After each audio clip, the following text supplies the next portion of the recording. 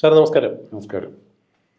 പറയാൻ ധാരാളം വിശേഷങ്ങളുണ്ട് പിണറായി വിജയൻ്റെയും മകളുടെയും CPM-ൻ്റെയും എല്ലാം. ആ വിഷയത്തിലേക്ക് തന്നെ വരുന്നു.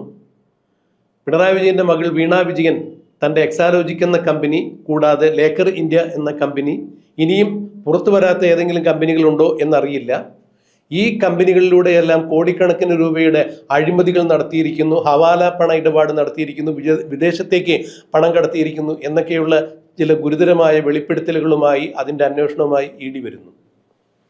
ED ആദ്യഘട്ടങ്ങളിലെല്ലാം വീണ വിജയനെ ചോദ്യം ചെയ്യാൻ വിളിപ്പിക്കുമ്പോൾ ED പിണറായി വിജയൻ്റെ വീട് റെയ്ഡ് ചെയ്തപ്പോൾ CPM വലിയ വലിയ പ്രതിരോധങ്ങൾ തീർക്കുന്നത് നമ്മൾ കണ്ടു.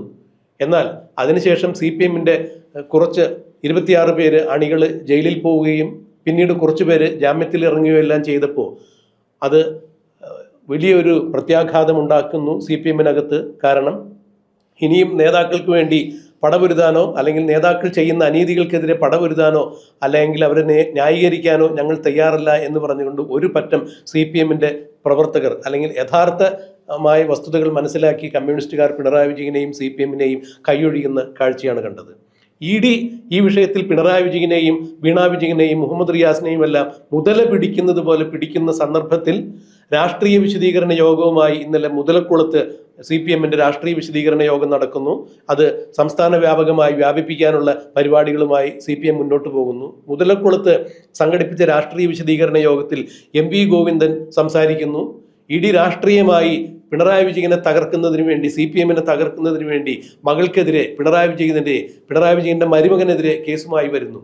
എന്നാൽ കേവലം 3500 പേര് മാത്രം ഇരുന്നാൽ തികയുന്ന ഒരു ഹാളിൽ അതിൻ്റെ പകുതി പോലും ജനങ്ങൾ MP ഗോവിന്ദനെ കേൾക്കാൻ വേണ്ടി എത്തിയിരുന്നില്ല. അല്ലെങ്കിൽ പിണറായി വിജയൻ്റെ കേസിൽ പ്രതിരോധം തീർക്കുവാൻ വേണ്ടി CPM ഇപ്പോൾ തയ്യാറല്ല എന്നുള്ളൊരു കൃത്യമായ സൂചന നൽകിക്കൊണ്ട് അവിടെ ജനങ്ങളുടെ പങ്കാളിത്തം കുറയുന്നു.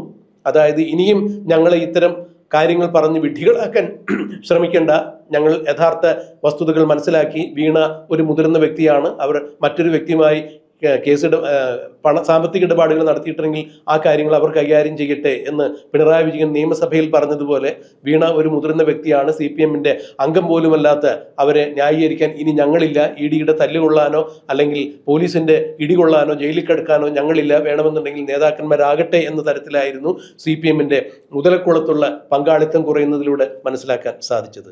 ഇനിയും അണികളെ പറഞ്ഞു പറ്റിക്കാൻ സാധ്യമല്ല എന്ന നിലയിലേക്ക് CPM നേതൃത്വം വലയുമ്പോൾ എങ്ങനെയാണ് രാജ്മോഹൻ സാർ ഇതിനെ മനസ്സിലാക്കുന്നത്? താങ്കളോടൊരു ചെറിയ ചോദ്യം ചോദിച്ചിട്ട് തുടങ്ങുന്നല്ലേ, പിണറായി വിജയനെ സപ്പോർട്ട് ചെയ്യുന്ന ഏത് നേതാവുണ്ട്? ഇപ്പോൾ നിലവിൽ MP ഗോവിന്ദൻ മാത്രമായി ചുരുങ്ങി എന്ന് വേണം മനസ്സിലാക്കാൻ.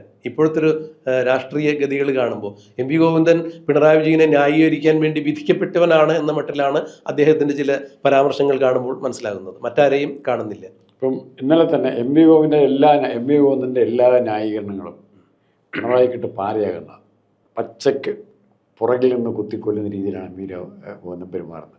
ഒന്ന്, ഈ ചർച്ചകളും വിവാദങ്ങളും യാതൊരു ഈ ചർച്ചകളും വിവാദങ്ങളും എക്സാലോജിക്കും ലേക്കർ കോർപ്പറേഷനും വീണ വിജയനും എല്ലാം റിയാസും എല്ലാം സജീവമായി തന്നെ ഇവിടെ നമ്മൾ ചർച്ച ചെയ്തുകൊണ്ടിരിക്കണം. അതാണ് ഗോവിന്ദൻ്റെ ആഗ്രഹം. ഗോവിന്ദനെ ഒന്ന് പിണറായി വിജയനോ അല്ലെങ്കിൽ പിണറായി വിജയൻ ഫുൾ സ്വാധീനത്തിൽ വന്നു കഴിഞ്ഞാൽ അടുത്ത നേതാവ് റിയാസാണ്, സംശയം വേണ്ട.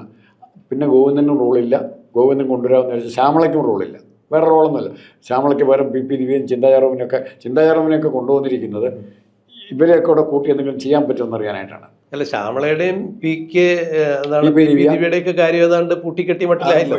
ഇനി ഇവിടെ കൂടെ പൂട്ടിക്കെട്ടണം ആരെ? ചിന്താചാറവിനെ. അതിനുള്ള ശ്രമമാണ് നടത്തിക്കൊണ്ടിരിക്കുന്നത്. ചിന്താചാറവൻ DYFയുടെ ഇതാണ്. ഒരു ചിലപ്പോൾ എനിക്ക് തോന്നുന്നത് പാവം കൊച്ചാണ്. ഗോവിന്ദനാണ് ആദ്യം ആ പേര് നിർദ്ദേശിച്ചത്. ഗോവിന്ദൻ നിർദ്ദേശിച്ചു എന്നുള്ളത് കൊണ്ട് തന്നെ അതിൻ്റെ അപകടമുണ്ട്. ഗോവിന്ദൻ MP ഗോവിന്ദൻ ആ പേര് നിർദ്ദേശിച്ചിട്ടുണ്ടെങ്കിൽ നാളെ എനിക്ക് തോന്നുന്നത് കണ്ണൂരെ 1-2 പേരെ വെച്ചുള്ള എല്ലാ നേതാക്കന്മാരും പിണറായിക്കെതിരാവും ഞാൻ സാധ്യത. അതുകൊണ്ടാണ് അങ്ങനെ. അല്ല, ഇപ്പോൾ പറഞ്ഞു കേൾക്കുന്ന ചില വാർത്തകളുടെ അടിസ്ഥാനത്തിൽ നമ്മൾ ചിന്തിക്കുമ്പോൾ കണ്ണൂർ ലോബി എന്ന് പറയുന്നത് ഒരു ഭൂരിപക്ഷ ആളുകളും പിണറായി വിജയന് എതിരായി എന്ന് വേണം മനസ്സിലാക്കാൻ. ജയരാജന്മാർ 3 പേരും അതുപോലെ കണ്ണൂരിലെ പ്രമുഖരായ പല നേതാക്കളും പയ്യന്നൂരിലും കണ്ണൂരിലും കോഴിക്കോടും പാർട്ടിക്കുണ്ടായ വൻ തിരിച്ചടിക്ക് പിണറായി വിജയൻ തന്നെയാണ് കാരണമെന്ന് മനസ്സിലാക്കിക്കൊണ്ട് പലരും പിണറായി വിജയനോട് ഒപ്പം നിന്നിരുന്ന ആളുകൾ പിന്മാറിയിരിക്കുന്നു. പിണറായി വിജയന്റെ രാഷ്ട്രീയമായ ശക്തി കുറഞ്ഞിരിക്കുന്നു എന്നുള്ളത് തന്നെയാണ് പുറത്തു വരുന്ന വാർത്തകൾ. അത് ഏറ്റവും പ്രധാനപ്പെട്ട എവിഡൻസ് വെള്ളാപ്പള്ളി നടേശൻ പിണറായി വിജയന്റെ ഇപ്പോഴും ആത്മീയ ഗുരു എന്ന് തന്നെ പറയാം. അതുകൊണ്ടാണ് പിണറായി വിജയൻ BJPയുടെ മുഖ്യമന്ത്രിയാകാൻ ചാൻസ് ഉണ്ടെന്ന് ഞാൻ പല ചർച്ചയിലും പറയുന്നത്. വെള്ളാപ്പള്ളി നടേശൻ ഭയങ്കര ക്രൂരമായി ഷംസീറിനെ വിമർശിച്ചുകൊണ്ട് രംഗത്ത് തോന്നുന്നു. വെള്ളാപ്പള്ളി നടേശൻ പിണറായിയുടെ വീടിന്റെ ഐശ്വര്യം അല്ല, ഷംസീറിനെ ഭയങ്കരമായിട്ട് വിമർശിച്ചു. തീർച്ചയായും ലീഗാണെന്നാ പറയുന്നത്. ലീഗിന്റെ മനസ്സാണ്. അതിന്റെ അർത്ഥം എന്താ? ഷംസീർ ലീഗിലേക്ക് പൊയ്ക്കോട്ടെ, CPM നിൽക്കണ്ടെന്നൊരു മെസ്സേജും കൂടെ ഉണ്ട് അവിടെ. അപ്പോൾ CPMനെ തൻ്റെ കൈപ്പിഴി CPMനെ കൊണ്ടുവന്നിട്ട് മൊത്തം മോഡിയായിട്ട് കച്ചവടം ചെയ്യാൻ വെള്ളാപ്പള്ളി തയ്യാറായി. അതായത് വെള്ളാപ്പള്ളി എന്ന ടൂളിനെ ഉപയോഗിച്ചുകൊണ്ട് പിണറായി വിജയൻ കാര്യങ്ങൾ നടത്തുന്നു എന്നാണോ അതിന് മനസ്സിലാക്കി? അങ്ങനെ തന്നെ മനസ്സിലാക്കേണ്ടി വരും. ഈ ഷംസീറിൻ്റെ വെള്ളാപ്പള്ളി വിമർശിച്ചപ്പോൾ പതിവില്ലാത്തൊരു പിണറായിയും കണ്ണൂർ ജില്ലാ സെക്രട്ടറി രാകേഷിനെയാണ് കണ്ടത്. വെള്ളാപ്പള്ളി നിശ്ചിതമായി വിമർശിച്ചുകൊണ്ട് ഞങ്ങളുടെ പാർട്ടിയിൽ ആര് പ്രവർത്തിക്കണം, ആര് നേതാവാകണം തീരുമാനിക്കുന്ന വെള്ളാപ്പള്ളി അല്ല എന്ന് വരെ പറയുന്ന എക്സ്റ്റെൻറ്റിലേക്ക് ആര് പോയി? പിണറായി പോയി. അതിൻ്റെ അർത്ഥം എന്താ? അതിൻ്റെ അർത്ഥം ഷംസീറിനെ പിണക്ക് തെറ്റായി പോയി എന്നുള്ള തിരിച്ചറിവിപ്പുണ്ട്. ഷംസീറിനെ ഇല്ലാതാക്കാനുള്ള മുഴുവൻ പരിപാടികളും ചെയ്തു. മന്ത്രിയാക്കാതിരുന്നു, നിവൃത്തിയില്ല വന്നപ്പോൾ സ്പീക്കറായി. കൊടിയേരി ബാലകൃഷ്ണനൊക്കെ ഉണ്ടായിരുന്നുണ്ട്, സ്പീക്കറായി. കടുത്ത കൊടിയേരി പക്ഷക്കാരനായിരുന്നു ഷംസീർ എന്നുള്ളത് പിണറായി വിജയനെ സംബന്ധിച്ചിടത്തോളം ഒരു വലിയ ആ അവസരം. അപ്പോൾ അതുകൊണ്ട് ഒന്നും അല്ലാതെ ഇനിയിപ്പോൾ ഒന്നും ആകാനില്ലല്ലോ, MLA അല്ലല്ലോ, ഒന്നും ചെയ്യാൻ പറ്റില്ല. അതുകൊണ്ട് ഷംസീറിനെ ന്യായീകരിക്കാൻ ഇപ്പോൾ രംഗത്ത് വന്നിരിക്കുക. ഇത്രയും പ്രധാനപ്പെട്ട ആളായിരുന്നു ഷംസീറെങ്കിൽ ഉറപ്പായിട്ടും ഷംസീറിന് ഇത്തവണ മത്സരിക്കാൻ തീറ്റൂടില്ല. തന്നെയല്ല സാറേ, അപ്പോൾ അതിൽ നിന്ന് മറ്റൊരു കാര്യം കൂടി കൂട്ടി വായിക്കാൻ സാധിക്കില്ല. കാരണം ഈ പാർട്ടി ചോദ്യം ചെയ്യാനാവാത്ത അപ്രമാദിത്വമുള്ള നേതാവെന്ന രീതിയിൽ CPMൽ കൊടികുത്തി വാണിരുന്ന, പ്രത്യേകിച്ച് കണ്ണൂർ രാഷ്ട്രീയത്തിൽ കൊടികുത്തി വാണിരുന്ന പിണറായി വിജയനെതിരെ കണ്ണൂരിൽ നിന്ന് തന്നെ മുഖത്തേക്ക് വിരൽ ചൂണ്ടി സംസാരിക്കുന്ന തരത്തിലേക്ക് കാര്യങ്ങൾ മാറുമ്പോൾ ഇനി തന്നോടൊപ്പം നിൽക്കുന്ന ആളുകൾ ചോർന്നു പോയിക്കൊണ്ടിരിക്കുന്നു. എന്നാൽ ഇനി മറ്റൊരു വിങ്ങുണ്ടാക്കുന്നതിന് വേണ്ടി ഷംസീറിനെയൊക്കെ തടുത്തു പിടിക്കുന്നതിന്റെ ഭാഗമായിട്ടാണോ പിണറായിയുടെ പുതിയ തന്ത്രം? അല്ല, ഷംസീർ അകന്നു പോയവരെ അടുപ്പിക്കുക. അകന്നു പോയവരെ പിണറായി വിജയൻ അറിയാം ഷംസീറിന് എന്തുമാത്രം ജനങ്ങളെ സ്വാധീനിക്കാൻ പറ്റും, അല്ലെങ്കിൽ പാർട്ടിയെ സ്വാധീനിക്കാൻ പറ്റും, പാർട്ടി ഘടകങ്ങളെ. ഇവരും പിണറായിക്ക് അറിയാം ഷംസീറിന്റെ കഴിവറിയാം. അതുകൊണ്ടാണ് ഷംസീറിനെ മാറ്റി നിർത്തത്. പോപ്പുലാരിറ്റി ഷംസീറിനുണ്ട്. ആ പോപ്പുലാരിറ്റി ഉള്ള ഒരാൾ അവിടെ വേണ്ട. അല്ല, തീർത്തും മരുമകന് ഒരു ഭീഷണി തന്നെയായിരുന്നു ഷംസീർ. അങ്ങനെ ആരും ശൈലജ ടീച്ചറൊക്കെ മാറ്റിയില്ലേ? അതെ. അപ്പോൾ ആ കാഴ്ചപ്പാടിൽ നിന്ന് പിണറായി വിജയൻ ഇപ്പം മാറിയിട്ട് ഇവർ തൻ്റെ ആത്യന്തിക ഫൈറ്റിൽ ഇനി കണ്ണൂരെ പാർട്ടി സാധാരണ പ്രവർത്തകരെ കൂട്ടുപിടിക്കേണ്ടി വരും. അവരെ ഉപയോഗിച്ചുള്ള ജയിൽ ഖരാവയോ ജയിൽ ബരാവയോ സമരങ്ങളൊക്കെ നടത്താം.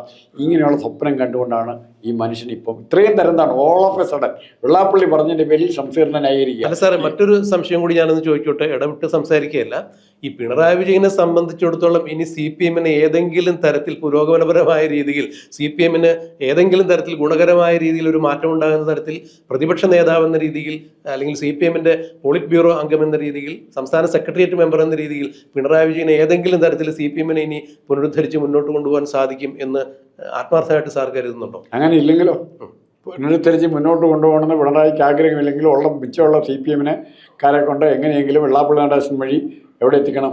BJPയിൽ എത്തിക്കണം. അങ്ങനെ വേണമെന്നുണ്ടെങ്കിൽ ഒരു നീക്കം നടത്താം. അല്ലാണ്ട് എന്തോ ഓപ്ഷൻ അങ്ങനെ മുമ്പിലുള്ള CPMനെ ഇനി രണ്ടാമതൊരു ഇലക്ഷനെ ജയിപ്പിച്ച് ഒരു 10 വർഷത്തേക്ക് നോക്കണ്ട. ഇപ്പോഴത്തെ അല്ലെങ്കിൽ കോൺഗ്രസ്സുകാർ ആത്മഹത്യ ചെയ്യാൻ തീരുമാനിച്ചാൽ മാത്രം ഏതെങ്കിലും തരത്തിൽ CPMന് ഇനി ഒരു പിടിച്ചുനില വേണം എന്നുണ്ടെങ്കിൽ CPMന് അകത്തു നിന്ന് തന്നെ കേൾക്കുന്ന അഭിപ്രായം പിണറായി വിജയനും MP ഗോവിന്ദനും പോലുള്ള ആളുകൾ ആ സ്ഥാനം ഒഴിഞ്ഞ് വേണമെന്നുണ്ടെങ്കിൽ പാർട്ടി മെമ്പർഷിപ്പ് വരെ ഒഴിഞ്ഞ് വിശ്രമ ജീവിതം നയിക്കണം എന്ന തരത്തിലേക്ക് അവരുടെ ജില്ലാ നേതൃത്വ യോഗങ്ങളിലെല്ലാം തീരുമാനം ഉരുത്തിരിഞ്ഞു വന്നിരിക്കുന്നു. സംസ്ഥാന സമിതിയിൽ അത്തരം തീരുമാനങ്ങൾ ഉണ്ടായിരിക്കുന്നു. ഇനിയിപ്പോൾ സെപ്റ്റംബറിൽ കൂടാനിരിക്കുന്ന വിപുലീകരിച്ച സംസ്ഥാന സമിതിയിൽ ഇത്തരം കാര്യങ്ങൾ കുലങ്കലുഷമായി ചർച്ച ചെയ്യും. ഇവർ പുറത്തേക്ക് പോകേണ്ടി വരും എന്ന് തന്നെയുള്ള പിന്നാമ്പുറ വർത്തമാനങ്ങളാണ് വരുന്നത്. വേണമെന്നുണ്ടെങ്കിൽ നമ്മളിത് പറയുമ്പോൾ നിങ്ങൾക്ക് ഈ പാർട്ടിയെക്കുറിച്ച് ഒരു ചുക്കും അറിയില്ല എന്ന് വേണമെങ്കിൽ പറഞ്ഞു നിൽക്കാം. പക്ഷേ പിണറായി വിജയന്റെയും MP ഗോവിന്ദന്റെയും CPMന് എന്ന പ്രസ്ഥാനത്തിലെ കാൽച്ചുവട്ടിലെ മണ്ണിളകിക്കൊണ്ടിരിക്കുന്നു എന്നുള്ളതാണ് യാഥാർത്ഥ്യം. അപ്പോൾ അങ്ങനെ കൂട്ടി വായിക്കുമ്പോൾ വേണമെന്നുണ്ടെങ്കിൽ രാജ്മോഹൻ സാർ പറയുന്നതിന് ഏറെ പ്രസക്തിയുണ്ട്. കാരണം ഇനിയിപ്പോൾ CPMൽ യാതൊരു തരത്തിലും ഭാവിയില്ല, അല്ലെങ്കിൽ പിണറായി വിജയനിൽ CPMന്റെ ഒരു നേതാവെന്ന രീതിയിൽ CPMന് ഉദ്ധരിക്കാൻ പറ്റിയ ഒരു ശക്തി കാണുന്നില്ല. അതെല്ലാം കെട്ടടങ്ങിയിരിക്കുന്നു. ഇനി ഉള്ള വിശ്വാസികളെ തനിക്കൊപ്പം നിൽക്കുന്ന ആളുകളെ BJP പാളയത്തിൽ എത്തിച്ച് നേരിടുന്ന കേസുകളിൽ നിന്ന് തൻ്റെയും കുടുംബത്തിൻ്റെയും മകളുടെയും എല്ലാം മുഖം രക്ഷിക്കുക, അല്ലെങ്കിൽ ശിഷ്ടകാലം ജയിലിൽ പോകാതെ നോക്കാനുള്ള ഏതെങ്കിലും രാഷ്ട്രീയ നീക്കുപോക്കുകൾക്ക് അദ്ദേഹത്തിന് ശ്രമിക്കാനാകും എന്നാണോ രാജ്മോഹൻ സാർ ഉദ്ദേശിക്കുന്നത്? അല്ല, മകനൊരു അക്കോമഡേഷൻ പറയും, ഉറപ്പിച്ച അക്കോമഡേഷൻ പറയും. എവിടെയെങ്കിലും ഉത്തർപ്രദേശിൽ നിന്നോ അല്ല ഓറീസിൽ നിന്നോ രാജ്യസഭാ സീറ്റ് മേടിക്കുക, ഇവിടെ കിട്ടാൻ സാധ്യത അല്ല. ഇവിടെ ഇപ്പോൾ റിയാസ് രാജ്യസഭയിലേക്ക് മത്സരിച്ച് ജയിക്കും. കാരണം BJP-യുടെ 3 വോട്ടുകൂടെ മേടിക്കാം വേണമെങ്കിൽ. അല്ലെ അങ്ങനത്തെ കളികൾ ഒത്തിരി നടക്കാൻ പോകണം ഇനി. ഇപ്പോൾ പിണറായി വിജയന് രാഷ്ട്രീയമായിട്ട് രക്ഷപ്പെടണമെങ്കിൽ BJP-യുടെ, അതായത് BJP ഇപ്പോൾ കേന്ദ്രം ഭരിക്കുന്ന BJP-യുടെ സപ്പോർട്ട് വേണം. പിന്നെ രണ്ടാമത്, ഈ പണം എന്ന് പറയുന്നത് കോൺഗ്രസ് നേതാക്കന്മാർ മോശക്കാരല്ല കാശ് മേടിക്കുന്നില്ല. ഇത്രയും ഭീമമായ തുകയുണ്ടെങ്കിൽ കോൺഗ്രസിൻ്റെ നേതാക്കന്മാർക്ക് കൊടുത്ത് വലിയ ശല്യം ഉണ്ടാക്കരുത് കേട്ടോ എന്ന്, ശല്യം ഉണ്ടാക്കരുതെന്ന് പറയില്ല, വലിയ ശല്യം ഉണ്ടാക്കരുത് എന്ന് പറഞ്ഞ് നിൽക്കും. ഇങ്ങനെ ഒന്ന് ആലോചിച്ചോക്കെ നിങ്ങൾ. ഇയാളുടെ സ്വാധീനം, ഇയാൾ മോഡി ബന്ധം അറിയണമെങ്കിൽ മോഡി പരസ്യമായിട്ടൊരു സംസ്ഥാനത്തിൻ്റെ മുഖ്യമന്ത്രിയുടെ ഓഫീസ് കള്ളക്കടത്തിൻ്റെ ഓഫീസാണെന്ന് പറയുകയും പിന്നെ നടപടിയെടുക്കാൻ പറ്റില്ല. മോഡി ആരാ? പിന്നെ മോഡിയെ കുറിച്ച് തന്നെ നമുക്ക് തന്നെ പോകാൻ. അതെ, അല്ല, നമ്മുടെ രാജ്യത്തെ പരമോന്നത കേന്ദ്രങ്ങളായ ആളുകളിൽ നിന്ന്, അതായത് പ്രധാനമന്ത്രി, രാജ്യത്തെ ആഭ്യന്തര വകുപ്പ് മന്ത്രി തുടങ്ങിയ ആളുകളാണ് പറയുന്നത് കേരളത്തിലെ മുഖ്യമന്ത്രിയുടെ ഓഫീസ് കേന്ദ്രീകരിച്ച് സ്വർണ്ണക്കള്ളക്കടത്ത് നടക്കുന്നു. അപ്പോൾ ജനം ഏറെ പ്രതീക്ഷയോടുകൂടി നോക്കിക്കണ്ടു. കാരണം പ്രധാനമന്ത്രിയും കേന്ദ്ര ആഭ്യന്തര വകുപ്പ് മന്ത്രിയെന്നും രാഷ്ട്രീയ പ്രേരിതമായ ഒരു സംസ്ഥാനത്തിന്റെ മുഖ്യമന്ത്രി ഇത്തരത്തിൽ വലിച്ചൊഴിക്കില്ല, തള്ളിപ്പറയില്ലല്ലോ. അവരുടെ കയ്യിൽ കൃത്യമായ തെളിവ് കാണും. അങ്ങനെയെങ്കിൽ മോഡിയും അമിത്ഷായും കള്ളമല്ല പറഞ്ഞത്, രാഷ്ട്രീയ പ്രേരിതമല്ല പറഞ്ഞതെങ്കിൽ തീർച്ചയായും എന്തുകൊണ്ട് നടപടിയെടുത്തില്ല? അത് വലിയ ചോദ്യം തന്നെയാണ്. അപ്പോൾ അങ്ങനെ നടപടിയെടുക്കാതെ ഇത്രയും കാലം പിണറായി വിജയനെ സംരക്ഷിച്ചിട്ടുണ്ടെങ്കിൽ അതിലെന്തോ ഒരു അന്തർധാര ഉണ്ടായിട്ടുണ്ട് എന്ന് വേണം മനസ്സിലാക്കാൻ. അപ്പോൾ തീർച്ചയായും ഇനി പിണറായി വിജയനെ സംബന്ധിച്ചിടത്തോളം വെള്ളാപ്പള്ളി നടേശന്റെ വാക്ക് കടം കൊണ്ട് പറയുകയാണെങ്കിൽ രാഷ്ട്രീയ വനവാസം സതീശന് വിധിച്ചത്. അതെ, സതീശന് വിധിച്ചത് അല്ലല്ല, രാഷ്ട്രീയ വനവാസം വിധിച്ച പ്രതിപക്ഷ നേതാവിനാ, മറക്കണ്ട. അതെ, പിണറായി വിജയൻ ഇപ്പൊ പ്രതിപക്ഷ നേതാവാ. അപ്പോ പറഞ്ഞത് കവടി നിരത്തി പറഞ്ഞത് ശരിയായി. പ്രതിപക്ഷ നേതാവ് എന്നുള്ളതാണ് പറഞ്ഞത്, ഇനി ആള് എന്നുള്ളതായിരിക്കില്ല ഉദ്ദേശം. എന്തായാലും പിണറായി വിജയനെ സംബന്ധിച്ചിടത്തോളം രാഷ്ട്രീയ വനവാസം തന്നെയാണ് അദ്ദേഹത്തിന് കാത്തിരിക്കുന്നത് എന്ന് വേണം പറയാൻ. വീണ്ടും നമ്മൾ പറയുന്നു, കാരണം ഇത് പറഞ്ഞു കേൾക്കുമ്പോൾ ബഹുമാനപ്പെട്ട പ്രേക്ഷകർ പറയും, നിങ്ങൾക്ക് ഈ പാർട്ടിയെ കുറിച്ച് എന്തറിയാം? ഒരു ചുക്കും അറിയില്ല. വേണമെങ്കിൽ നമ്മളത് സമ്മതിക്കാൻ തയ്യാറാണ്. ജനങ്ങൾക്കറിയാം. പക്ഷെ അത് ജനങ്ങൾ വൃത്തിയായി മനസ്സിലാക്കിയിരിക്കുന്നു.